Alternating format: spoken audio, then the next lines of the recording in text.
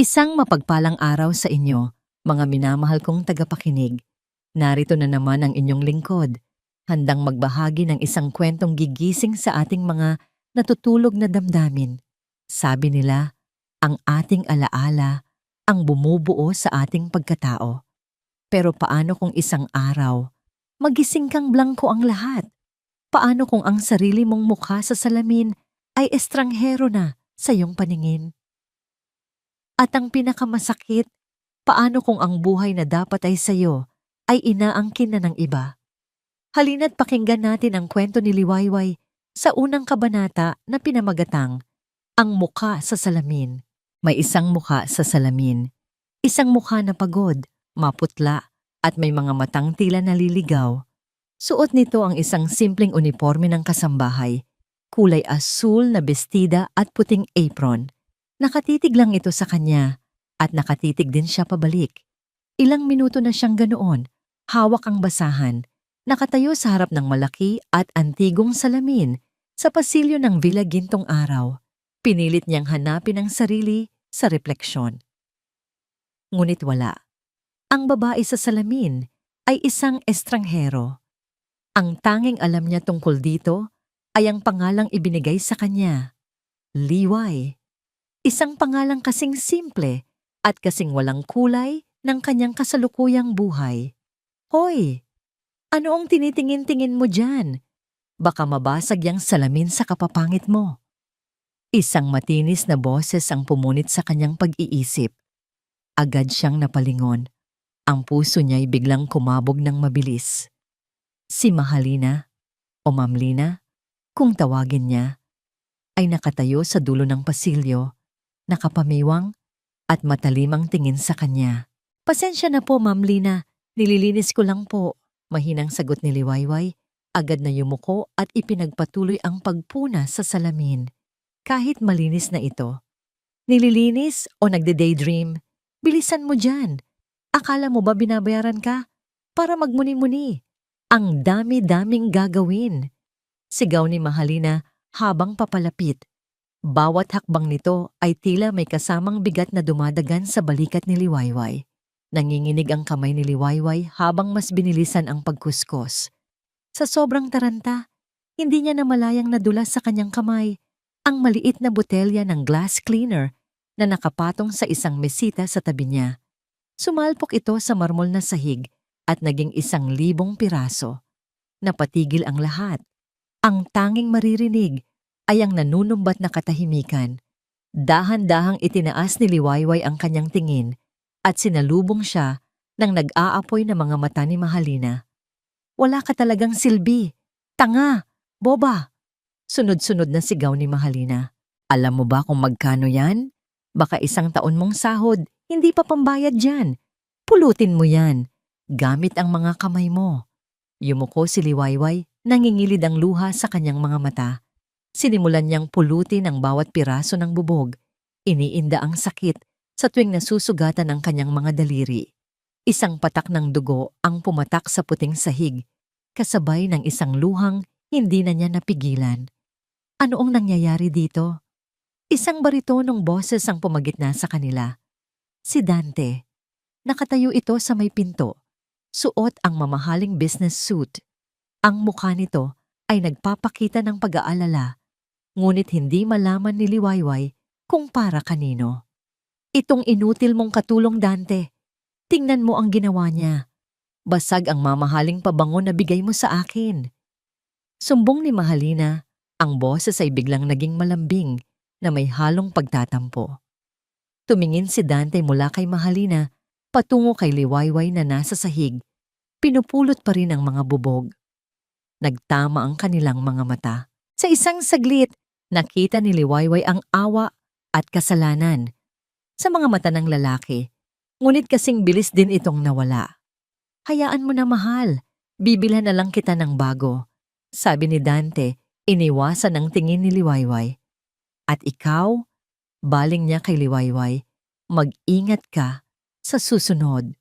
Pagkatapos noon ay tinalikuran na sila nito at umakyat sa hagdan. Gumuho ang anumang katiting na pag-asang namuo sa dibdib ni Liwayway. Hinayaan na lang niyang tumulo ang kanyang mga luha habang dinadampot ang huling piraso ng bubog. Kinagabihan, habang nag-iisa sa maliit na silid sa likod ng kusina, ginagamot ni Liwayway ang kanyang mga sugat. Kumatok ang pinto ng marahan. Nang buksan niya ito, si Dante ang tumambad sa kanya. Inabot nito sa kanya ang isang maliit na bote ng antiseptic at ilang band-aid. Gamutin mo ang mga sugat mo, sabi nito sa mahinang boses, hindi makatingin ng diretso sa kanya. Pasensya na kanina. Mainitin lang talaga ang ulo ni Lina. Hindi sumagot si Liwayway. Kinuha lang niya ang mga gamot at akmang isasara na ang pinto nang magsalita ulit si Dante. Magpahinga ka na. Pagkasara ng pinto, napasandal si Liwayway dito. Ang simpleng kabaitan na yon ay mas lalong nagpadurog sa kanyang puso. Bakit ganito ang epekto ng lalaking ito sa kanya? Bakit sa kabila ng lahat, may kung anong bahagi sa kanya ang nagsasabing pamilyar ito? Kinabukasan, bilang parusa, inutusan siya ni Mahalina na linisin ang lumang silid sa dulo ng ikalawang palapag, isang silid na laging nakakandado at puno ng alikabok. Habang nag-aayos ng mga lumang gamit, isang bagay ang pumukaw sa kanyang atensyon. Isang maliit na kahon na gawa sa kahoy nakatago sa ilalim ng isang kama. Mayroon itong ukit ng dalawang magkapatong na kamay. Dahan-dahan niya itong binuksan. Sa loob, isang maliit na balerina ang umiikot sa salamin habang isang malamyos na himig ang tumutugtog. Isang pamilyar na himig. Sobrang pamilyar. Biglang kumirot ang kanyang ulo. Isang matinding sakit na tila binibiyak ang kanyang bungo. Kasabay nito, isang imahe ang sumilay sa kanyang isipan. Malabo, ngunit malinaw. Isang lalaking nakangiti, ang muka ay pareho ng kay Dante, habang isinasayaw siya sa isang hardin na puno ng puting rosas. Ang himig mula sa kahon ay ang tugtog sa kanilang paligid. Aaray! Daing niya, napahawak sa kanyang ulo. Ang imahe ay naging mas malinaw. Ang saya sa mga mata ng lalaki. Ang pag-ibig. Sino ka? Bulong niya sa hangin. Ang sakit ay lalong tumindi. Ang himig mula sa kahon ay tila martilyong paulit-ulit na pumupukpok sa kanyang isipan. Sinusubukang sirain ang isang pader na matagal nang nakatayo. At pagkatapos, kadiliman. Nabuwal si Liwayway sa sahig, walang malay. Sa kanyang pagbagsak, nanatiling mahigpit ang hawak niya sa maliit na kahon na gawa sa kahoy, ang tanging susi sa isang nakaraang ipinagkait sa kanya. Nagising si Liwayway sa pamilyar na kadiliman ng kanyang maliit na silid. Masakit pa rin ang kanyang ulo, ngunit hindi na kasing tindi ng dati. Ang unang pumasok sa kanyang isip ay hindi ang sakit, kundi ang himig. Ang himig mula sa maliit na kahon na gawa sa kahoy. Kinapa niya ang kanyang tabi. Umaasang nandoon pa rin ito, ngunit wala. Ang tanging naramdaman niya ay ang malamig na sapin ng kanyang kama. Bigla siyang napabangon, isang hindi maipaliwanag na takot ang gumapang sa kanyang dibdib. Nasaan na iyon? Mabilis siyang tumayo at lumabas ng silid. Dapit hapon na at ang mga ilaw sa pasilyo ng bilagintong araw ay nagsisimula ng magliwanag. Bawat sulok ng malaking bahay ay tila may itinatagong lihim. Bawat anino ay tila may sariling kwento. At pakiramdam niya sa kauna-unahang pagkakataon na bahagi siya ng mga lihim na yon. Nakita niya si Mahalina sa may sala, kausap ang isa pang katulong, nagbibigay ng mga utos para sa hapunan. Naglakas loob siyang magtanong. Ma'am Lina, pasensya na po. Yung kahon po na maliit, yung nasa lumang kwarto, nakita niyo po ba? Tanong niya. Nanginginig ang boses. Huminto si Mahalina sa pagsasalita at tiningnan siya mula ulo hanggang paa. Tila diring-diri. Yung basura na yon? Bakit interesado ka sa mga lumang gamit? Tinaasan siya nito ng kilay. Itinapon ko na. Anong gagawin mo sa basura ng nakaraan? Parang sinaksak ang puso ni Liwayway. Itinapon niyo po. Oo, at wag mo nang hahalongkatin pa ang mga bagay na wala kang kinalaman. Magtrabaho ka na lang dyan at baka pati ikaw, itapon ko rin palabas ng bahay na to. Pagbabanta ni Mahalina, bago siya tinalikuran, basura ng nakaraan. Ang mga salitang yon ay umalingaw-ngaw sa isipan ni Liwayway. Ngunit bakit para sa kanya, ang basurang iyon ay parang isang kayamanan? Isang piraso ng isang bagay na matagal na niyang nawawala. Hindi siya sumuko. Kinagabihan, nang ang buong bahay ay tahimik na at ang lahat ay natutulog na, dahan-dahan siyang lumabas. Nagtungo siya sa likod ng kusina kung saan nakalagay ang mga basurahan. Sa liwanag ng buwan, isa-isa niyang hinalungkat ang mga ito, hindi inalintana ang dumi. At doon, sa ilalim ng mga tuyong dahon at lumang papel, nakita niya ito. Ang maliit na kahon. Niyakap niya ito ng mahigpit. Dinala niya ito pabalik sa kanyang silid at itinago sa ilalim ng kanyang unan. Habang nakahiga, pinatugtog niya ulit ang himig nito ng paulit-ulit, na tila ba isang oyayi na nagpapakalma sa kanyang naguguluhang kaluluwa. Kinabukasan, inatasan siyang maglinis ng pribadong opisina ni Dante. Isang lugar na bihira niyang mapasok. Habang nagpupunas ng alikabok sa malaking lamesa na gawa sa Nara, hindi niya sinasadyang masagi ang isang nakadisplay na picture frame. Bumagsak ito, ngunit hindi nabasag. Ang nakakagulat ay nakataob ito. Dahan-dahan niya itong pinulot. May kung anong puwersa ang nag-udyok sa kanya na iharap ito. At nang makita niya ang litrato, napahawak siya sa kanyang bibig upang pigilan ang isang hikbi. Isang litrato ng kasal. Si Dante, nakangiti ng napakatamis, suot ang isang barong. At sa tabi nito ay isang babae. Isang babaeng nakasuot ng puting traje de boda, may belo, at may hawak na isang pumpon ng puting rosas. Isang babaeng may parehong muka na nakikita niya sa salamin araw-araw. Siya. Ito ay siya. Nanginginig niyang hinaplos ang litrato. Ang babae sa larawan ay masaya, puno ng buhay, at puno ng pag-ibig. Malayong malayo sa liway na pagod at takot na kilala niya. Paano? Bakit? Anong ginagawa mo? Halos mabitawan niya ang picture frame sa gulat. Si Dante ay nakatayo sa may pinto, nakatingin sa kanya. Pagkatapos ay sa litratong hawak niya. Biglang nagbago ang ekspresyon nito. Mula sa pagkagulat, naging pag-aalala, at pagkatapos ay isang malamig na pader ang tila humarang sa mukha nito. Wala po, sir. Nalilinis lang po. Nahulog po ito. Mabilis niyang paliwanag. Ibinabalik ang litrato sa dating posisyon nito.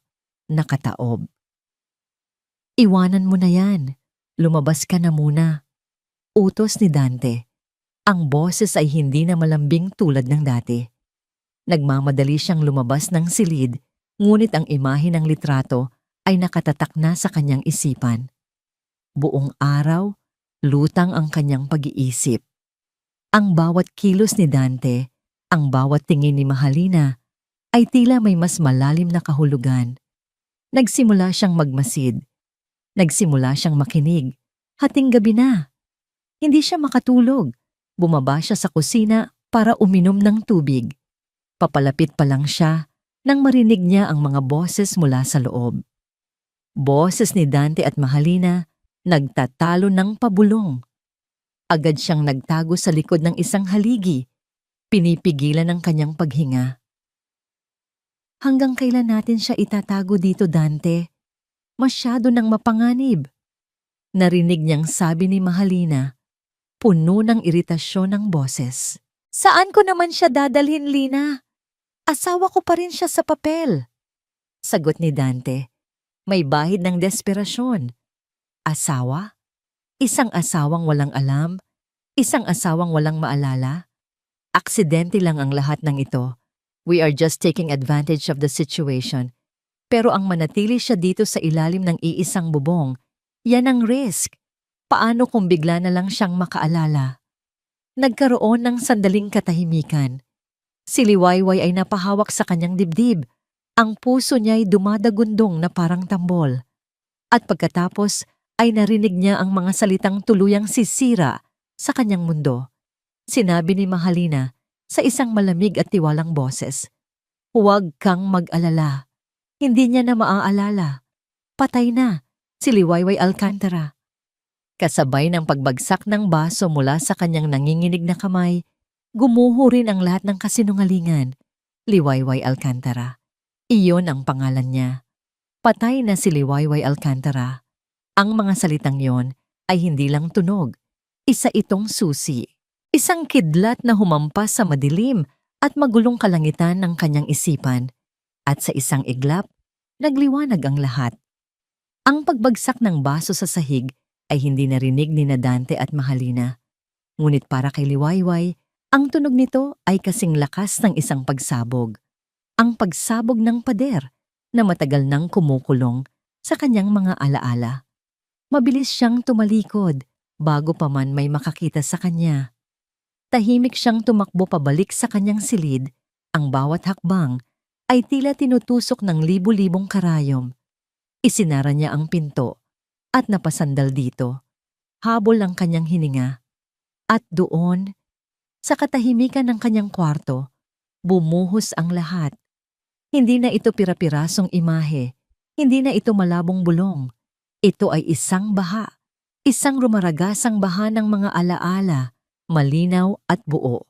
Nakita niya ang kanyang sarili, si Liwayway Alcantara, na nakangiti sa tabi ni Dante sa araw ng kanilang kasal. Ang tamis ng unang halik bilang mag-asawa, ang pangakong habambuhay na pagmamahalan. Ang pagtatayo nila ng bilagintong araw, bawat sulok ay pinlano nilang dalawa, isang pugad na binuo mula sa pangarap. Ang halimuyak ng mga puting rosas sa hardin na paborito niya, na si Dante mismo ang nagtanim para sa kanya. Ang pagmamahal, ang tiwala, ang kaligayahan, lahat ay bumalik. Kasing init at kasing totoo ng araw na nangyari ang mga ito. Ngunit kasabay ng liwanag ay dumating din ang anino. Ang anino ng pagbabago. Ang unti-unting panlalamig ni Dante. Ang mga gabing ginagabi ito ng uwi. Ang mga lihim na tawag sa telepono na agad ibinababa kapag papalapit siya. Ang amoy ng isang pabangong hindi sa kanya. Isang pabangong pamilyar na ngayon. Ang pabango ni Mahalina. At si Mahalina, ang pinsan ni Dante na galing probinsya na nakikitira lang daw muna. Ang babaeng tinulungan niya, binigyan ng damit, itinuring na parang kapatid. Nakita niya ngayon ang bawat ngiti nitong may lason, ang bawat yakap nitong may kasamang pagtataksil. Ang huling piraso ng alaala ay ang pinakamasakit, ang araw ng aksidente.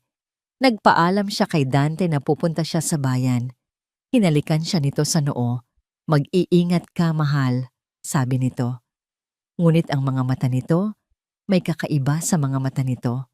Ngayon, alam na niya. Iyon ay pagkakasala. Habang nagmamaneho pababa ng isang matarik na kalsada, naramdaman niyang tila lumuwag ang preno. Paulit-ulit niyang inapakan, ngunit wala. Dire-diretso ang sasakyan, papalapit sa isang malaking puno ng akasya. Ang huli niyang nakita ay ang sarili niyang takot na mukha sa rearview mirror. At pagkatapos, ang nakakabinging tunog ng bumabanggang metal at nababasag na salamin. Napasigaw si Liwayway sa loob ng kanyang silid, isang sigaw na walang tunog. Napahawak siya sa kanyang ulo, hindi dahil sa sakit, kundi dahil sa bigat ng katotohanan. Hindi ito aksidente. Ang lahat ay kasinungalingan. Ang pagkawala ng kanyang memorya. Ang pagpapakilala sa kanya bilang liway. Ang pagtrato sa kanya na parang basura sa sarili niyang pamamahay. Ang pag-aangkin ni Mahalina sa kanyang buhay, sa kanyang asawa, sa kanyang pagkatao. Ang luhang kanina'y nagbabanta ay tuluyan ng bumuhos, ngunit hindi ito luha ng pagkalito o kalungkutan. Ito ay luha ng matinding galit. Isang galit na nagsimula bilang isang maliit na baga at ngayon ay isa ng naglalagablab na apoy sa kanyang dibdib. Tinanggal nila ang lahat sa kanya, ang kanyang pangalan, ang kanyang karapatan, ang kanyang dignidad. Pinunasan niya ang kanyang mga luha. Tumayo siya at humarap sa maliit at basag na salamin sa kanyang dingding. Tinitigan niya ang kanyang refleksyon. Ang pagod at maputlang mukha ni Liway ay unti-unting nagbago. Ang dating naliligaw na mga mata ay nagkaroon ng direksyon. Ang dating takot na ekspresyon ay napalitan ng isang matatag at hindi matinag na determinasyon. Ang babae sa salamin ay hindi na isang estranghero. Liwayway, bulong niya sa kanyang sarili. Sinasambit ang pangalan na matagal nang ipinagkait sa kanya. Ako si Liwayway Alcantara. Ang sakit ay naroon pa rin, humihiwa sa kanyang puso. Ngunit sa ilalim ng sakit, isang bagong lakas ang umuusbong. Isang lakas na ipinanganak mula sa pagkakanulo. Kung akala ni Dante at Mahalina ay patay na si Liwayway Alcantara, nagkakamali sila. Dahil ang babaeng kaharap niya ngayon sa salamin ay hindi lang basta nagising, muli siyang isinilang. At ang bagong Liwayway na ito ay hindi na iiyak. Hindi na siya magpapaapi. Huminga siya ng malalim. Pinapakalma ang kanyang nagngangalit na puso. Hindi pa ito ang oras para sa komprontasyon. Ang isang sugatang hayop ay mapanganib. Ngunit ang isang sugatang hayop na nag-iisip ay mas nakamamatay. Kung gusto nilang maglaro, ibibigay niya sa kanila ang isang laro na hinding-hindi nila malilimutan. Kinabukasan, maaga siyang gumising. Pumasok si Mahalina sa kusina habang naghahanda siya ng agahan, arogante gaya ng dati. Hoy Liway, bilisan mo nga dyan. Gutom na kami ng Sir Dante mo. Sigaw nito. Dahan-dahang lumingon si Liwayway. Ngumiti siya.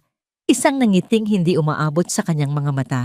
Isang nangiting puno ng kahulugan na hindi kayang basahin ni Mahalina. Opo, Ma'am Lina. Sagot niya. Ang boses ay malumanay at masunurin pa rin. Ngunit sa kanyang isipan, isang pangako ang kanyang binitawan. Isang pangako na kasing tigas ng bakal. Simulan na natin ang laro.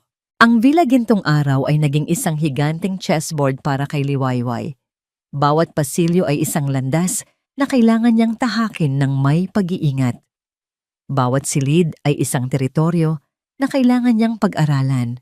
At ang dalawang naghahari-harian, sina Dante at Mahalina, ay ang kanyang mga kalaban na hindi niya dapat pagkatiwalaan. Ang kanyang uniforme bilang kasambahay ay naging kanyang perpektong balat kayo. Sino ba naman ang mag-aakalang ang isang babaeng abala sa paglilinis ay isa palang kalabang nagmamasid, naghihintay ng tamang tiyempo? Ang pagiging liway ay naging kanyang sandata. Sinimulan niya ang kanyang laro sa kusina. Isang umaga, habang naghahanda ng almusal, alam niyang paborito ni Dante ang sinangag na may maraming bawang at itlog na malasadong-malasado ang pagkakaluto. Ngunit alam din niyang si Mahalina ay ayaw na ayaw sa amoy ng bawang. Sa loob ng maraming buwan, puro tinapay at kapilang ang kanilang almusal. Ngunit hindi ngayon. Sinadya niyang magprito ng maraming bawang. Ang amoy nito ay kumalat sa buong kabahayan. Pagkatapos ay nagluto siya ng adobong puti. Isang espesyal na putahe na siya lang ang nagluluto para kay Dante noon. Ito ang comfort food ng kanyang asawa.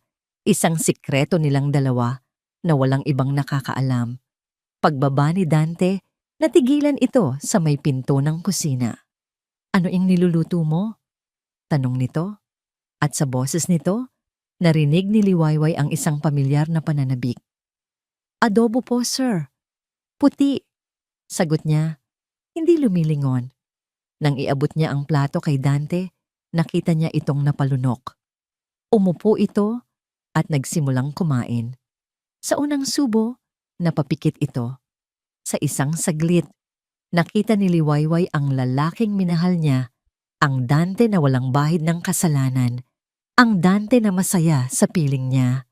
Ang eksenang yon ay tila isang matalim na punyal sa kanyang puso, ngunit kailangan niya itong tiisin. Saan mo natutunang magluto niyan? Tanong ni Dante. Ang boses ay halos pabulungi. Hindi ko po maalala, sir. Kusa na lang pong ginawa ng mga kamay ko. Sagot niya, pinanatili ang kanyang inosenteng ekspresyon. Sakto namang bumaba si Mahalina, nakasuot ng isang mamahaling silk robe. Agad na kumunot ang noo nito nang maamoy ang bawang. Yak! Anong baho ito? Liway. Sabi ko sa'yo ayoko ng amoy ng bawang sa umaga, di ba? Hindi umimik si Liwayway. At ano yan? Turo ni Mahalina sa plato ni Dante. Mukhang walang lasa. Hindi sumagot si Dante. Patuloy lang ito sa pagkain na tila ba bawat subo ay isang paglalakbay pabalik sa nakaraan. Mas lalong nainis si Mahalina. Sa sobrang inis, sinadya niyang masagi ang siko ni Dante habang ito'y sumusubo. Oops, sorry babe, sabi ni Mahalina. Puno ng sarkasmo. Tumalsik ang pagkain mula sa kutsara ni Dante at kumalat sa puting mantel. Ang tensyon sa pagitan nilang dalawa ay halos mahahawakan sa kapal. Ano ba, Lina? Sa wakas ay sabi ni Dante. May iritasyon sa boses. Ako pa ang may kasalanan. Baka naman may naalala ka, kaya ganyan ka katakam na takam sa luto ng katulong na yan. Sigaw ni Mahalina. Sa sobrang galit, kinuha nito ang platito ng adobo at ibinagsak sa sahig. Kung gusto mo, pulutin mo yan. Diyan ka magaling, di ba? Sa pagpulot ng mga basura, napatayo si Dante, namumula sa galit. Tumigil ka na, Lina. Ngunit hindi pa tapos si Liwayway. Yumuko siya para linisin ang kalat. Ang kanyang mga mata ay nakatutok sa sahig. Pasensya na po, ma'am, sir. Kasalanan ko po. Sabi niya sa isang boses na nagpapanggap na takot. Ang pag-ako niyang iyon sa kasalanan ay mas lalong nagpag-guilty kay Dante. Nakita ni Liwayway kung paano nito tiningnan si Mahalina. Isang tingin ng pagkadismaya, bago ito tumalikod at umalis, nang hindi tinatapos ang kanyang pagkain. Tagumpay ang unang hakbang. Nagawa niyang magtanim ng isang maliit na lamat sa pagitan nilang dalawa. Ang susunod niyang target, ang opisina ni Dante. Isang hapon, habang si Mahalina ay nasa spa at si Dante ay nasa isang meeting sa labas, nahanap niya ang pagkakataon. Alam niyang may itinatagong susi si Dante sa ilalim ng isang paso malapit sa pinto ng opisina. Kinuha niya ito at pumasok. Ang kanyang layunin, maghanap ng ebidensya, papeles, dokumento, kahit ano na magpapatunay ng kanilang pandaraya. Ngunit ang mas mahalaga, kailangan niyang mag-iwan ng isang bagay na makakapagpaalala sa kanila na hindi sila ligtas. Sa ilalim ng lamesa ni Dante, sa isang lugar na hindi madaling makita, idinikit niya ang isang maliit na voice recorder, isang murang device na nabili niya mula sa isang tindahan sa bayan noong nakaraang linggo, gamit ang kakarampot na perang naipon niya. Isang malaking sugal, ngunit kailangan niyang gawin. Nang akma na siyang aalis, isang ideya ang pumasok sa kanyang isipan. Kinuha niya ang nakataob na litrato ng kasal nila at itinayo ito. Pagkatapos, kinuha niya ang picture frame ni Mahalina na nasa kabilang dulo ng lamesa at itinago ito sa loob ng isang drawer. Bago siya lumabas, tiningnan niya ang buong silid. Perpekto, walang bakas na may pumasok. Kinagabihan, habang naghahain ng hapunan, hindi mapakali si Liwayway. Ang puso niya ay kumakabog sa bawat minutong lumilipas. Paano kung mahuli siya? Narinig niya ang pagdating ni Dante. Pagkatapos ng ilang minuto, narinig niya ang pagbukas at pagsara ng pinto ng opisina nito. Napapikit siya at nagdasal. Ilang sandali pa, narinig niya ang malalakas na yabag papalabas ng opisina. Bumukas ang pinto ng kusina. Si Dante. Ang mukha nito ay isang maskara ng gulat, galit at pagkalito. Nakatingin ito ng diretso sa kanya. Pagkatapos, pumasok si Mahalina, dala ang mga pinamili. Babe, nandito na ako. Nakita mo ba kung gaano ka-stress ang natigil ito nang makita ang tensyon sa pagitan ni Dante at Liwayway? Anong problema? Hindi sumagot si Dante. Dahan-dahan itong lumapit sa kusina. Sa parehong sandali, narinig ni Liwayway ang isang mahinang click mula sa kanyang bulsa. Ang recorder. Nagsimula na itong gumana. Nakatayo silang tatlo sa gitna ng kusina. Si Mahalina, naguguluhan. Si Dante, parang nakakita ng multo. At si Liwayway, ang multong matagal na nilang pinatay, ay nakatayo sa kanilang harapan, nagpapanggap na isang inosenteng tupa. At sa ilalim ng lamesa sa opisina, ang maliit na device ay tahimik na nakikinig. Handang itala ang bawat salitang kanilang bibitawan. Nakatayo si Dante sa gitna ng kanyang opisina, ngunit ang kanyang isipan ay nasa ibang lugar. Ang kanyang mga mata ay nakatitig sa litrato ng kanilang kasal ni Liwayway, na ngayon ay muling nakatayo ng buong pagmamalaki sa kanyang lamesa. Ang nangiti ni Liwayway sa litrato ay tila isang matalim na kutsilyong direktang tumutusok sa kanyang konsensya. Sinong gumawa nito? Tanong niya sa sarili. Tanging siya, si Mahalina, at si Liway ang pumapasok sa silid na ito. Si Mahalina? Imposible. Itatago nito ang litrato hanggang sa pinakasulok ng impyerno kung magagawa lang nito. Kaya si Liway lang ang natitira. Pero paano? At bakit? Ang amoy ng adobong puti ay tila nanuot pa rin sa kanyang pangamoy. Ang lasa nito ay nagbalik sa kanya sa mga panahong simple at totoo pa ang lahat. Mga panahong ang kaligayahan niya ay ang makita lang ang namangiti ng kanyang asawa. Ano bang ginawa ko? Ang tanong na yon ay paulit-ulit na umalingaw-ngaw sa kanyang isipan. Ang lahat ng nangyari ay parang isang masamang panaginip. Ang pagdating ni Mahalina, ang tukso, ang kasakiman, ang mga kasinungalingan. Hinayaan niyang lasunin ni Mahalina ang kanyang isip. Hinayaan niyang kainin ng ambisyon ang kanyang pagmamahal. At ngayon, heto siya, isang bilanggo sa sarili niyang pamamahay, kasama ang isang babaeng unti-unti niyang kinamumuhian at ang multo ng isang babaeng labis niyang sinaktan. Dahan-dahan niyang kinuha ang music box mula sa isang estante. Ang music box na itinapon ni Mahalina at alam niyang pinulot ni Liway. Binuksan niya ito. Ang pamilyar na himig ay muling tumugtog.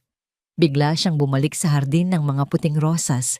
Ilang taon na ang nakalipas. Maginawang gabi at ang tanging liwanag ay mula sa buwan at sa mga fairy lights na isinabit niya sa mga puno. Lumuhod siya sa harap ni Liwayway, nanginginig ang mga kamay habang hawak ang isang maliit na kahon. At sa saliw ng himig mula sa music box na ito, tinanong niya ang tanong na mag-uugnay sa kanilang mga buhay. Ang matamis na oo ni Liwayway ay ang pinakamagandang musikang narinig niya sa buong buhay niya. Napapikit si Dante, dinadama ang sakit ng alaala. Kasalanan ko to. Lahat ng ito, kasalanan ko. Dante, anong drama yan? Agad niyang isinara ang music box. Si Mahalina ay nakatayo sa may pinto, nakataas ang kilay. Bakit nakatayo ulit yung litrato ng patay mong asawa? At ano yung hawak mo? Hindi ba't itinapon ko na yan? Huwag mong pakialaman ang mga gamit ko, Lina. Malamig na sagot ni Dante. Gamit mo? O gamit ninyo? Sarkastikong sabi ni Mahalina. Lumapit ito at tinangkang agawin ang music box. Itapon na natin to. Puro luma at masamang alaala lang ang dala niyan. Sinabi ng bitiwan mo. Sigaw ni Dante. Sa unang pagkakataon ay nagtaas siya ng boses laban dito. Nagulat si Mahalina. At bakit mo kailangang sigawan at ipahiya si Liway kanina? Nagluluto lang yung tao. Tumawa si Mahalina. Isang tawang walang saya. Wow! Ipinagtatanggol mo na siya ngayon? Ang katulong na amnesiac? Baka naman bumabalik na ang pagtingin mo sa kanya, ha, Dante? Baka naman sa bawat tingin mo sa kanya, naaalala mo ang tunay mong mahal. Hindi yun ang punto, Lina. Masyado kang malupit. Nakikita mo bang natatakot na siya sa'yo? Dapat lang, para malaman niya kung sino ang reyna sa bahay na to. O baka naman nakakalimutan mo na, ako ang kasama mo ngayon. Ako ang nag-aalaga sa'yo. Ako ang nandito, hindi ang multo niya. Tinitigan ni Dante si Mahalina. Ang babaeng minsang naging aliw sa kanya ay isa na ngayong halimaw sa kanyang paningin.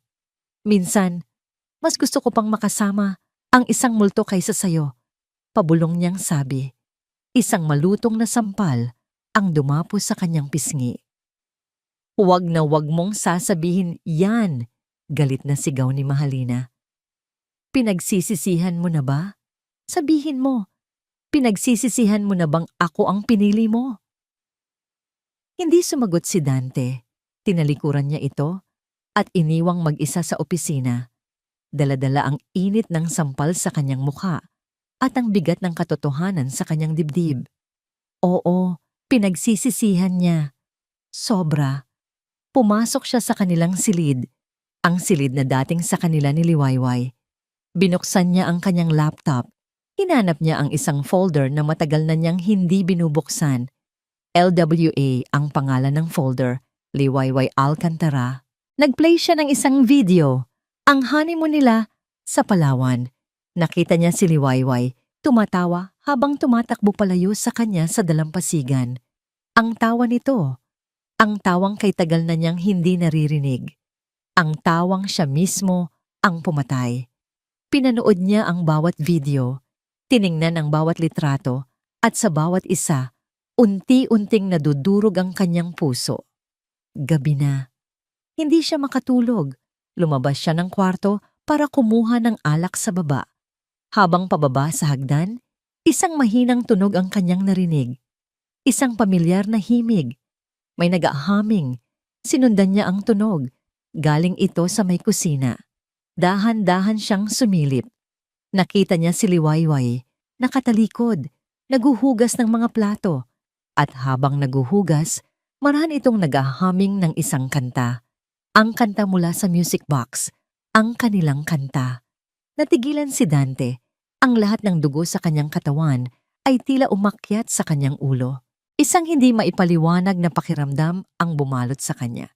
Isang halo ng takot, pag-asa, at matinding pananabik.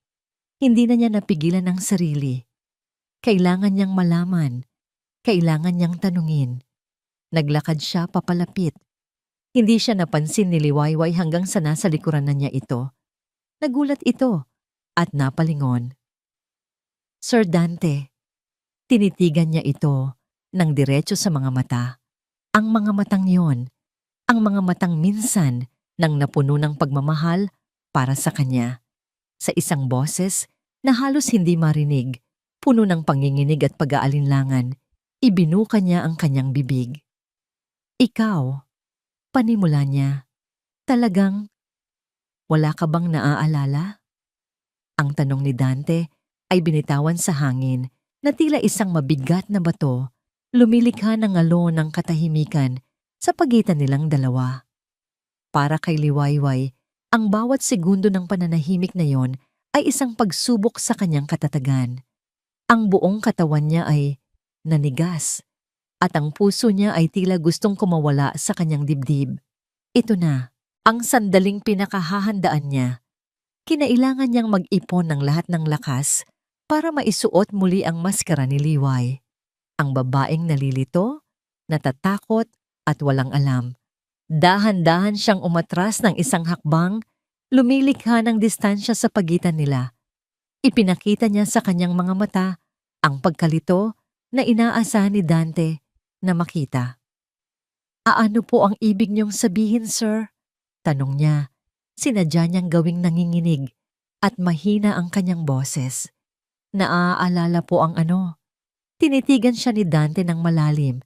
Hinahanapan siya ng kahit anong senyales ng pagsisinungaling.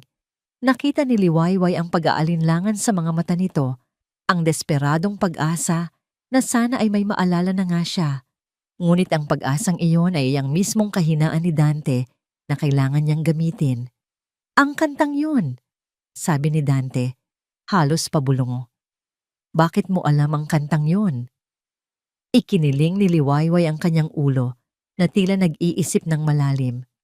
Hindi ko po alam, sir. Minsan po may mga himig na lang na lumalabas sa isip ko. May mga bagay na ginagawa ko na hindi ko alam kung bakit. Tumingin siya sa sahig na parang isang batang napapagalitan. Nakakatakot po. Pasensya na po kung may nagawa akong mali. Ang kanyang pag-arte ay perpekto. Ang pagpapakita niya ng kahinaan at takot ang mismong bumasag sa determinasyon ni Dante.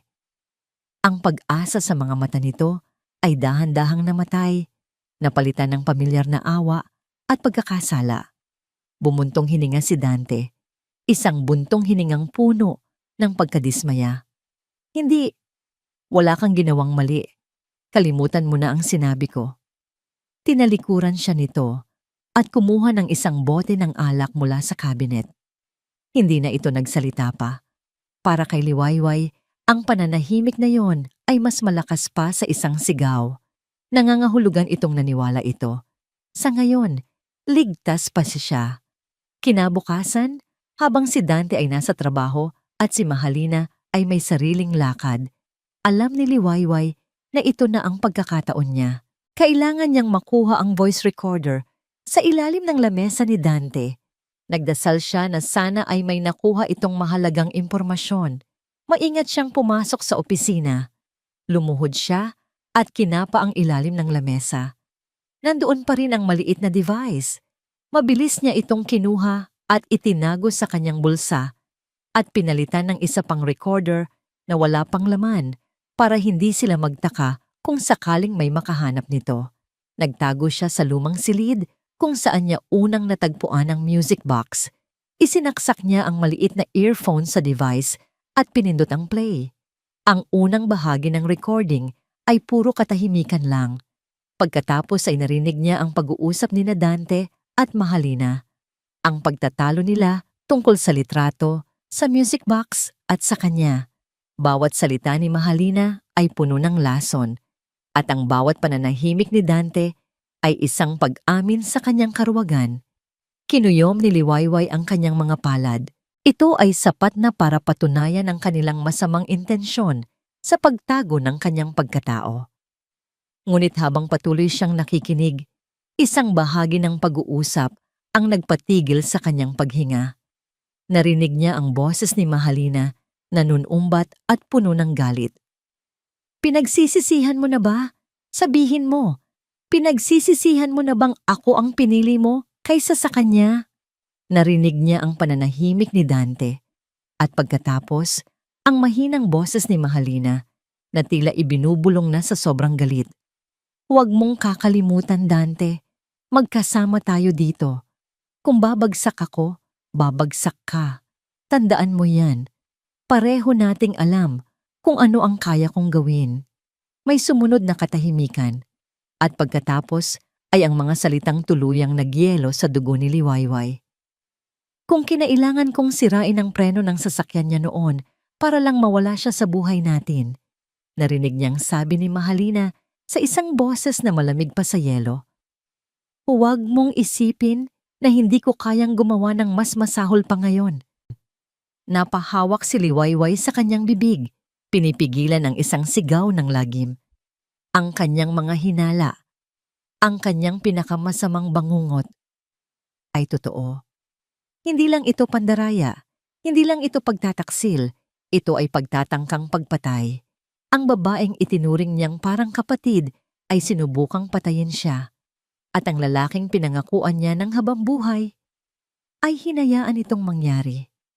Isang bagong klase ng takot ang gumapang sa kanyang kaluluwa. Ang kalaban niya ay hindi lang isang mang-aagaw, ito ay isang mamamatay tao. Ang laro ay biglang naging mas mapanganib. Ang bawat araw na mananatili siya sa bahay na ito ay isang pagsugal sa kanyang buhay. Ngunit kasabay ng takot, mas lalong tumibay ang kanyang determinasyon. Hindi na ito para lang sa pera o sa pag-aari. Ito ay para sa hustisya. Para sa buhay na tinangkang kunin mula sa kanya. Kailangan niyang makalabas. ngunit hindi bilang isang talunang biktima. Kailangan niyang makakuha ng mas matibay na ebidensya. Kinabukasan, naghahanap siya ng pagkakataon para makagamit ng telepono. Habang naglilinis sa hardin, ginamit niya ang lumang cellphone na itinago niya sa ilalim ng isang paso. Nanginginig ang kanyang mga daliri habang tinatype niya ang numero. Isang numero na bigla na lang bumalik sa kanyang alaala. Ang numero ng kanyang matalik na kaibigan, si Clara. Nagring ito ng 3 beses. "Hello?" Sagot ng isang pamilyar na boses. "Clara?" Bulong ni Liwayway at sa pagsambit pa lang ng pangalan nito, isang luha ang pumatak mula sa kanyang mata. "Sino to?" "Clara, si Liwayway to." Katahimikan. At pagkatapos, isang gulat na paghinga. "Liwayway? Oh my God. Buhay ka. Saan ka galing? Akala ng lahat. Wala akong oras para magpaliwanag." Putol ni Liwayway. "Kailangan ko ng tulong mo." Ngunit bago pa niya masabi ang lahat, nakita niya sa gilid ng kanyang mata ang isang figura sa bintana ng ikalawang palapag. Si Mahalina. Nakatingin ito sa kanya at sa kamay nito, hawak nito ang cellphone na nito, nakatutok sa direksyon niya. Kinukuhanan siya ng litrato. Nabitawan ni Liwayway ang kanyang telepono. Huli na ang lahat. Nahuli na siya. Ang pagtama ng kanilang mga mata, si Liwayway sa hardin at si Mahalina sa bintana, ay tila nagpatigil sa pag-ikot ng mundo.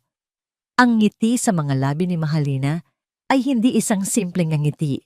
Ito ay isang nangiti ng tagumpay, ng isang mandaragit na sa wakas ay nahuli na ang kanyang biktima. Alam ni Liwayway na wala na siyang oras.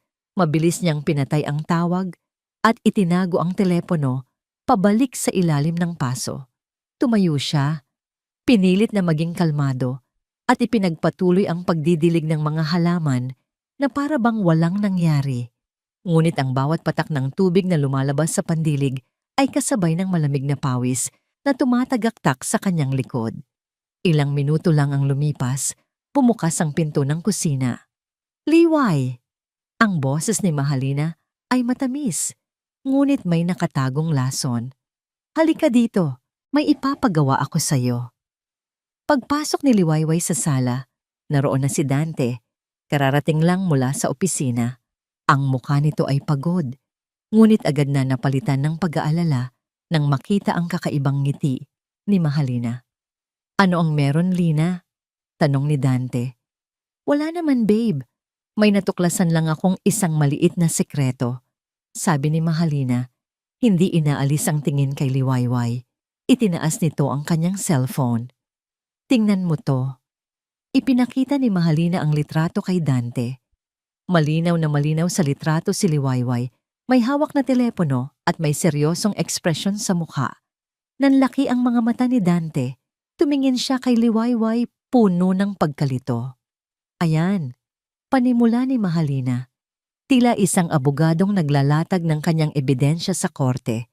Ang inosente at walang maalala nating katulong. Sinong kausap mo, Liway? Ang totoo mong amo? Ang kalaban sa negosyo ni Dante na nagpadala sa'yo dito para mag-espiya? Bawat salita ay isang gawa-gawang akusasyon. Ngunit sa sitwasyong yon, ito ang pinakalohikal na paliwanag. Napakatalino ng plano ni Mahalina. Ginagamit nito ang amnesia ni Liwayway laban sa kanya. "Hindi po totoo yan," sabi ni Liwayway. Pinipilit na manginig ang kanyang boses. Ito na ang huling pagkakataon na gagamitin niya ang kanyang kahinaan bilang depensa. "Napulot ko lang po yung telepono sa labas. Tiningnan ko lang po kung gumagana." "Sinungaling," sigaw ni Mahalina. "Nakita kitang may kausap. Dante, hindi mo ba nakikita? Niloloko niya tayo. Sino nga magpapadala ng isang katulong na walang maalala? Siyempre, para hindi natin siya paghihinalaan. Isa siyang espiya. Sigurado ako, ipinapadala niya ang mga sekreto ng kumpanya mo sa kalaban." Tumingin si Dante kay Liwayway. Ang kanyang mukha ay puno ng pagdududa. Ang mga ginawa ni Liwayway sa mga nakaraang araw, ang pagluluto ng adobo, ang pagham ng kanilang kanta, ang pagtayo ng kanilang litrato, lahat ay biglang nagkaroon ng ibang kahulugan sa kanyang isipan. Posible kayang hindi talaga ito nawalan ng alaala, pero hindi dahil siya si Liwayway, kundi dahil isa siyang impostor. Liway, totoo ba? Tanong ni Dante. Ang boses ay pununo ng sakit at pagkadismaya. Ito ang pinakamasakit para kay Liwayway.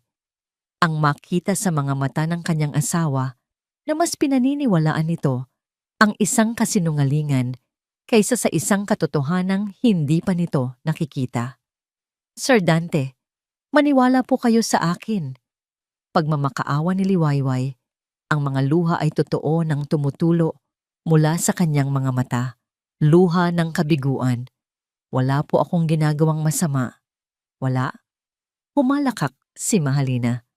Dante, kailangan na nating paalisin yan bago pa niya makuha ang lahat ng impormasyon na kailangan niya. Delikado siya. Naguguluhan si Dante. Isang bahagi niya ang gustong maniwala kay Liwayway, ang bahaging nakakakilala pa rin sa asawa niya sa likod ng uniforme. Ngunit ang ebidensya, ang litrato, ay malinaw. At ang takot na baka totoo ang sinasabi ni Mahalina ay mas malakas. Mag-empake ka ng gamit mo, sabi ni Dante, hindi makatingin ng diretso kay Liwayway. Ang mga salita ay tila hirap na hirap lumabas sa kanyang bibig. Ano po? Sabi ko, umalis ka na. Ulit ni Dante, mas malakas na ngayon. Kunin mo ang sahod mo at umalis ka na sa bahay na to. Ngayon din. Gumuho ang mundo ni Liwayway, hindi dahil sa pinaalis siya, kundi dahil sa paraan ng pagpapaalis sa kanya. Sa huli, pinili pa rin ni Dante ang maniwala sa kasinungalingan. Pinili pa rin nito ang sarili niyang seguridad kaysa sa kanya. Hindi na siya nagsalita, wala nang saysay. Tumango na lang siya. Tinalikuran niya sila at naglakad papunta sa kanyang silid. Narinig niya ang bulong ni Mahalina kay Dante. See? Tama ako. Kung inosente yan, magmamakaawa yan. Kinuha ni Liwayway ang kanyang maliit na bag.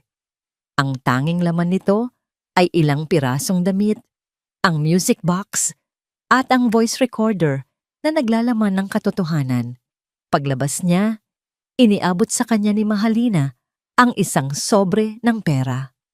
Ayan, bayad sa serbisyo mo, espiya, at huwag na huwag ka nang magpapakita pa ulit dito. Dumaan siya sa harap ni Dante na nakatayo lang na parang estatwa, nakayuko, hindi magawang salubungin ang kanyang tingin. Naglakad siya palabas ng pinto, sa ilalim ng tingin ng tagumpay ni Mahalina. Naglakad siya sa mahabang driveway ng Villa Gintong Araw, ang bahay na minsan ay naging paraiso niya, at ngayon ay naging kanyang impyerno. Nang marating niya ang malaking bakal na gate, lumingon siya. Ang bahay ay nakatayo pa rin, maganda at marangya, isang perpektong fasada para sa lahat ng kabulukang nangyayari sa loob. Isinara ng security guard ang gate. Ang malakas na tunog ng pagsasara nito ay tila isang hatol. Heto siya ngayon, itinapon sa labas, walang-wala, na parang isang basahan. Ang plano niya ay gumuho.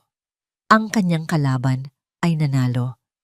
Sa paningin ng lahat, siya ang talunan. Ngunit habang nakatayo siya sa labas ng gate, sa ilalim ng papalubog na araw, pinunasan niya ang kanyang mga luha. Itinaas niya ang kanyang ulo. Ang apoy sa kanyang mga mata ay hindi namatay. Sa halip, ito'y mas lalong naglagablab. Hinawakan niya ang voice recorder sa loob ng kanyang bulsa. Hindi pa ito tapos. Hindi pa tapos ang laban. Isang malamig na ngiti ang sumilay sa kanyang mga labi. Isang nangiting hindi na makikita ni Dante at Mahalina. Salamat, bulong niya sa hangin. Salamat at binigyan niyo ako ng dahilan para wag nang magtira pa ng kahit katiting na awa. Ang pagtataboy sa kanya ay hindi ang kanilang tagumpay. Ito pala ang kanilang pinakamalaking pagkakamali. Dahil pinalaya nila ang kanilang kalaban mula sa hawla. Ang bawat hakbang palayo sa Villa Gintong Araw ay hindi nagpapabigat, bagkus ay nagpapagaan sa pakiramdam ni Liwayway. Ang bawat metro ng distansya sa pagitan niya at ng bahay na yon ay 1 metro ng kalayaan. Malaya na siya mula sa pagpapanggap. Malaya na siya mula sa mapanuring mga mata ni Mahalina. Malaya na siyang kumilos. Hawak ang sobre ng pera. Isang kabayaran na puno ng insulto. Naglakad siya patungo sa sakayan ng bus. Wala siyang ibang destinasyon sa isip kundi ang isang maliit na apartment sa Maynila. Ang tahanan ng nag-iisang taong mapagkakatiwalaan niya sa buong mundo. Si Clara. Ang biyahe ay mahaba at nakakapagod, ngunit sa bawat kilometrong nilalakbay ng bus, mas lalong lumilinaw ang kanyang isipan. Ang galit ay naroon pa rin, ngunit ito'y hindi na isang nagwawalang apoy. Ito'y naging isang matatag at kontroladong init. Isang enerhiya na gagamitin niya para buuin ang kanyang huling plano. Nang sa wakas ay marating niya ang pinto ng apartment ni Clara, hating gabi na. Kumatok siya, ang puso niya'y may halong kaba at pananabik. Bumukas ang pinto at isang babaeng gulat na gulat ang tumambad sa kanya. Liwayway? Halos pabulong na, sabi ni Clara, hindi makapaniwala sa nakikita. At sa sandaling iyon, sa harap ng kanyang matalik na kaibigan, gumuho ang lahat ng pader na itinayo ni Liwayway sa paligid ng kanyang puso. Niyakap niya si Clara ng mahigpit at doon, sa kauna-unahang pagkakataon, sa loob ng maraming buwan, humagulgol siya. Ibinuhos niya ang lahat, ang sakit, ang takot, ang pagkakanulo, ang galit. Hindi nagsalita si Clara. Hinayaan lang siya nitong umiyak. Hinahaplos ang kanyang likod. Nagbibigay ng karamay na matagal na niyang hinahanap. Nang mahimasmasan siya, ipinasok siya ni Clara sa loob. Ipinagtimpla siya ng mainit na tsa. At sa maliit na sala ng apartment, ikinuwento ni Liwayway ang lahat. Ang aksidente, ang pagkawala ng kanyang alaala, ang pagiging liway, ang kalupitan ni Mahalina, ang karuwagan ni Dante, at ang pinakamasaklap sa lahat, ang katotohanan sa likod ng sira-sirang preno. Habang nakikinig, ang mukha ni Clara ay nagbago mula sa pag-aalala, patungo sa pagkalito, at sa huli, sa matinding galit. Walang hiya sila, gigil na sabi ni Clara. Hindi lang yan pandaraya, Liway. Attempted murder yan. Kailangan natin silang isumbong sa pulis. Hindi pa. Mahinang sabi ni Liwayway. Ang kanyang mga mata ay nagpapakita ng isang bagong klase ng determinasyon. Ang salita ko laban sa salita nila ay walang laban. Kailangan natin ng mas matibay na ebidensya. Kailangan natin ng isang planong hindi nila aakalain. Inilabas niya ang voice recorder at ipinarinig kay Clara ang pag-uusap ni Dante at Mahalina. Ito ang simula, sabi ni Liwayway, pero hindi ito sapat para ikulong sila habang buhay. Sa mga sumunod na araw, ang apartment ni Clara ay naging kanilang war room. Isinantabi muna ni Clara ang kanyang trabaho para tulungan ang kaibigan. Unang-una, tumawag sila sa isang abogado, isang matandang kaibigan ng pamilya ni Liwayway. Nang marinig ng abogado ang buong kwento at ang recording, agad itong sumang-ayon na tumulong. Ang recording na ito ay malakas na ebidensya, pero mas mapapatibay natin ang kaso kung mayroon tayong mga dokumento at testigo, sabi ng abogado. Doon na pumasok ang plano ni Liwayway. Mahalina is planning a party, sabi ni Liwayway. Naalala ang mga narinig niyang usapan sa Bicaya. Isang malaking party para sa anniversary nila ni Dante.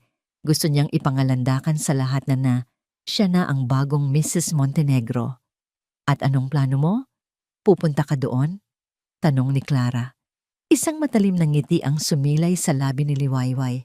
Hindi lang ako pupunta. Ako ang magiging pangunahing atraksyon. Sa tulong ng abogado at ng mga koneksyon nito, nagsimula silang mag-imbestiga. Nalaman nilang inililipat na ni Mahalina ang mga ari-arian ni Liwayway sa pangalan nito. gamit ang isang pekeng special power of attorney na pinirmahan di umano ni Liwayway habang ito'y nagpapagaling sa ibang bansa. Nakakuha sila ng kopya ng mga pekeng dokumento. Pagkatapos, isang hindi inaasahang biyaya ang dumating. Isang tawag mula sa isang numerong hindi rehistrado. "Hello, Ma'am Liwayway," sabi ng isang nanginginig na boses sa kabilang linya. Si Manang Elsa po ito, yung dati niyo pong mayordoma. Manang Elsa, kumusta na po kayo? Paano niyo nalaman nabalitaan ko po sa isa sa mga katulong na pinalayas kayo? Hindi po ako mapakali. Ma'am, alam ko po ang totoo. Narinig ko po ang pag-uusap nila noon pagkatapos ng aksidente niyo. Handa po akong maging testigo. Napuno ng pasasalamat ang puso ni Liwayway. Ang huling piraso ng kanyang plano ay nabuo na. Sa araw ng mismong party, nagtungo si Liwayway at Clara sa isang high-end salon. "Gawin mo akong isang reyna," sabi ni Liwayway sa stylist. Ang buhok na laging nakapusod ay pinakulayan at binigyan ng bagong gupit. Ang mukhang laging maputla at walang buhay ay minakiupan ng elegante. At ang damit, isang simpleng ngunit napakagandang itim na bestida na nagpapatingkad sa kanyang lakas, hindi sa kanyang karangyaan. Nang humarap siya sa salamin, hindi na niya nakita si Liway. Hindi na rin niya nakita ang dating Liwayway na mahina at sunod-sunuran. Ang babaeng nakatitig pabalik sa kanya ay isang ganap na estranghero, isang babaeng binuo mula sa abo ng pagkakanulo, isang phoenix na handa ng lumipad. Habang papunta na sila sa party, biglang may iniabot si Clara, isang pamilyar na sobre. "Ano to?" tanong ni Liwayway. "Ang imbitasyon," nakangiting sabi ni Clara. "Sinadya kong magpadala niyan sa villa. Galing mismo kay Mahalina. Ipinadala niya yan sa akin para ipamukha sa akin na talo ka na. Ang hindi niya alam, ibinibigay niya sa iyo ang susi para sa kanyang sariling pagbagsak." Kinuha ni Liwayway ang imbitasyon. Nakasulat dito sa magarbong calligraphy, "You are invited to celebrate the anniversary of Dante and Mahalina Montenegro." Hinawakan niya ito ng mahigpit. "Siguradong darating ako," bulong niya. "Hindi ko papalampasin ang gabing ito para sa kahit anong bagay sa mundo." Ang hangin sa paligid ng Villa Gintong Araw ay puno ng tunog ng malamyos na musika, halakhakan ng mga bisita, at kalansing ng mga kopita ng champagne. Ang buong hardin ay pinalamutian ng mga kumukutitap na ilaw, at ang bawat panauhin ay nakasuot ng kanilang pinakamagarang kasuotan. Sa gitna ng lahat, si Mahalina ay parang isang reyna, nakakapit sa braso ni Dante. Ang kanyang nangiti ay kasing kinang ng mga diamanteng alahas na suot niya. Para sa lahat, ito ay isang perpektong gabi, isang selebrasyon ng pag-ibig. Si Dante, sa kabilang banda, ay isang larawan ng pagkabalisa. Ang bawat ngiti na ibinibigay niya sa mga bisita ay pilit. Ang bawat tagay ay tila hindi sapat para lunurin ang bigat sa kanyang dibdib. Simula nang paalisin niya si Liwayway, ang bahay ay naging mas malamig, mas malungkot. Ang multo ng kanyang asawa ay mas naging totoo pa kaysa sa babaeng nasa tabi niya. Sa gitna ng kasiyahan, umakyat si Mahalina sa isang maliit na entablado, hawak ang isang mikropono. "Good evening, everyone," masayang bati niya. "Maraming salamat sa pagdalo ninyo sa aming munting selebrasyon. 1 taon na ang nakalipas mula nang bigyan kami ng Panginoon ng pangalawang pagkakataon sa pag-ibig," sabi niya habang nakatingin kay Dante. "At sa gabing ito, gusto kong bigyan ng parangal ang lalaking bumuo sa aking mundo, ang aking asawa, Dante Montenegro." Nagpalakpakan ng mga tao. Ngunit bago pa man makapagsalita muli si Mahalina, biglang namatay ang lahat ng ilaw. Isang kolektibong hininga ng pagkagulat ang narinig mula sa mga bisita. Ang tanging liwanag na natira ay mula sa buwan. Pagkatapos ng ilang segundo ng nakabibinging katahimikan, Isang spotlight ang biglang bumukas. Ngunit hindi ito nakatutok sa entablado. Nakatutok ito sa tuktok ng grand staircase na bumababa patungo sa hardin. At doon, nakatayo ang isang babae, nakasuot ng isang eleganteng itim na bestida. Ang kanyang ayos ay simple ngunit mapang-akit. Bawat hibla ng kanyang buhok ay nasa tamang lugar. Ngunit ang pinakanakapangilabot sa lahat ay ang kanyang mukha. Isang mukhang pamilyar sa marami. Lalo na sa 2 taong ngayon ay nakatayo sa entablado na parang naging bato. Nanlaki ang mga mata ni Dante. Ang kupitan ng champagne ay nadulas mula sa kanyang kamay at nabasag sa sahig. Si Mahalina ay napahawak sa kanyang bibig. Ang kulay ay nawala sa kanyang mukha. Dahan-dahang bumaba si Liwayway sa hagdanan. Ang bawat hakbang ay may bigat at layunin. Ang mga bulong-bulungan ay nagsimula sa mga bisita. Sino yan? Kamukha niya si... Imposible. Patay na siya. Hindi pinansin ni Liwayway ang mga bulong. Ang kanyang mga mata ay nakatutok lamang kina Dante at Mahalina.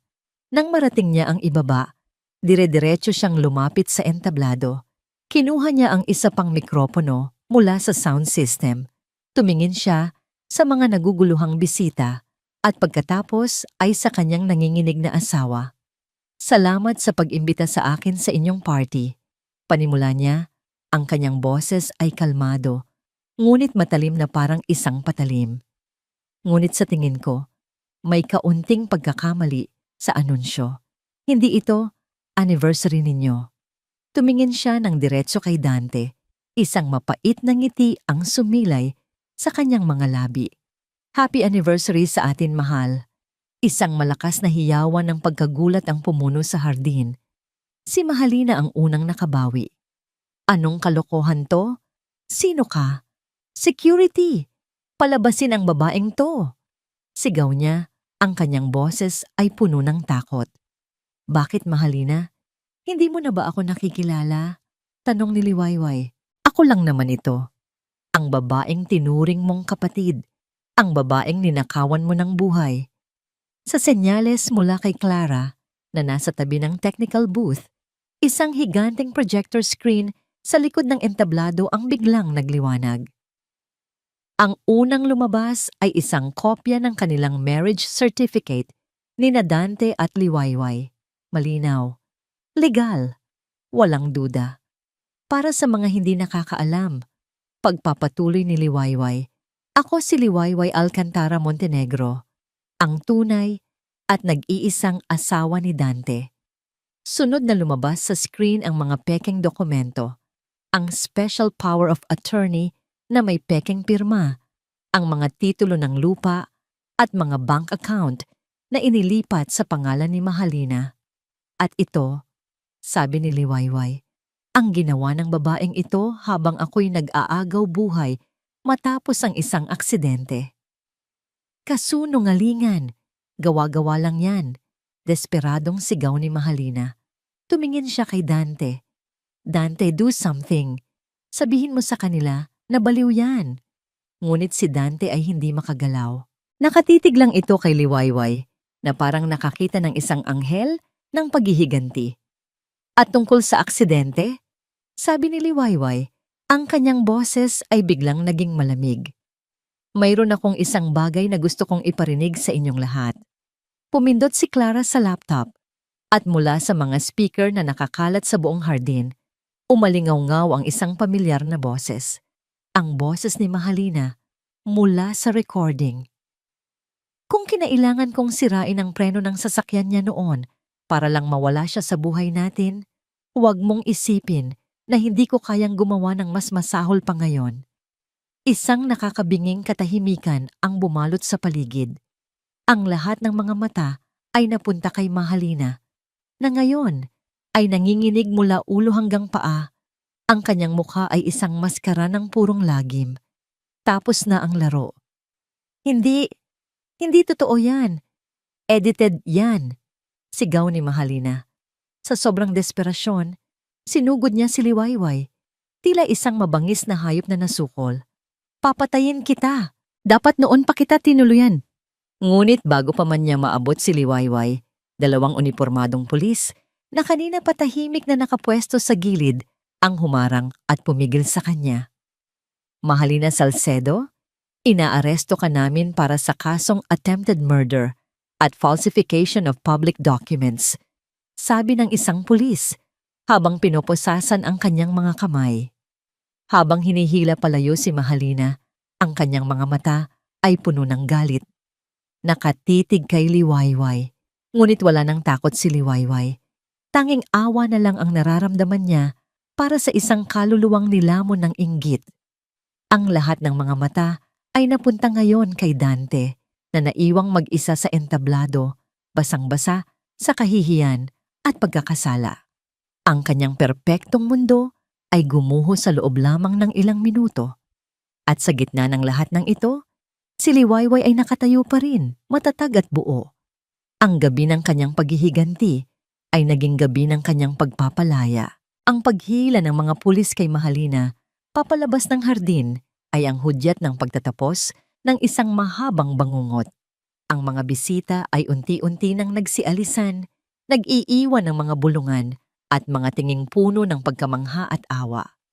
Ang dating masayang selebrasyon ay naging isang eksena ng krimen, isang tanghalan ng nasirang mga buhay. Naiwan sa gitna ng lahat sina Liwayway at Dante. Si Dante ay nakatayo pa rin sa entablado, nakayuko, tila isang ribultong binagsakan ng langit at lupa. Ang mamahalin niyang kasuotan ay hindi na makapagtago sa kahihiyang bumabalot sa kanyang buong pagkatao. Dahan-dahang lumapit si Liwayway. Hindi na siya galit. Sa paglalaho ni Mahalina, tila naglaho na rin ang natitirang lason sa kanyang puso. Ang natira na lang ay isang malawak at nakakapagod na kalungkutan para sa lahat ng nasayang. Dante, tawag niya. Ang kanyang boses ay mahinahon. Dahan-dahang itinaas ni Dante ang kanyang tingin. Ang kanyang mga mata ay pula at namamaga, puno ng mga luhang hindi na nito kayang pigilan. Nang magtama ang kanilang mga paningin, tuluyan na itong bumagsak. Lumuhod ito sa kanyang harapan, ang mga balikat ay nanginginig sa bawat hikbi. Liwayway, patawarin mo ako, sabi nito sa pagitan ng mga hikbi. Patawad, alam kong walang kapatawaran ang ginawa ko. Naging duwag ako, naging sakim. Hinayaan kong mangyari ang lahat ng to sa'yo. Patawarin mo ako, mahal ko, patawad. Tinitigan ni Liwayway ang lalaking minsang naging sentro ng kanyang mundo.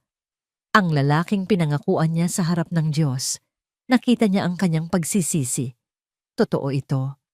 Ngunit alam din niya na may mga sugat na kahit anong pagsisisi ay hindi na kayang paghilumin. Umupo siya para magpantay ang kanilang mga mata. Tumayo ka, Dante, sabi niya. Hindi, dito lang ako hanggang sa mapatawad mo ako.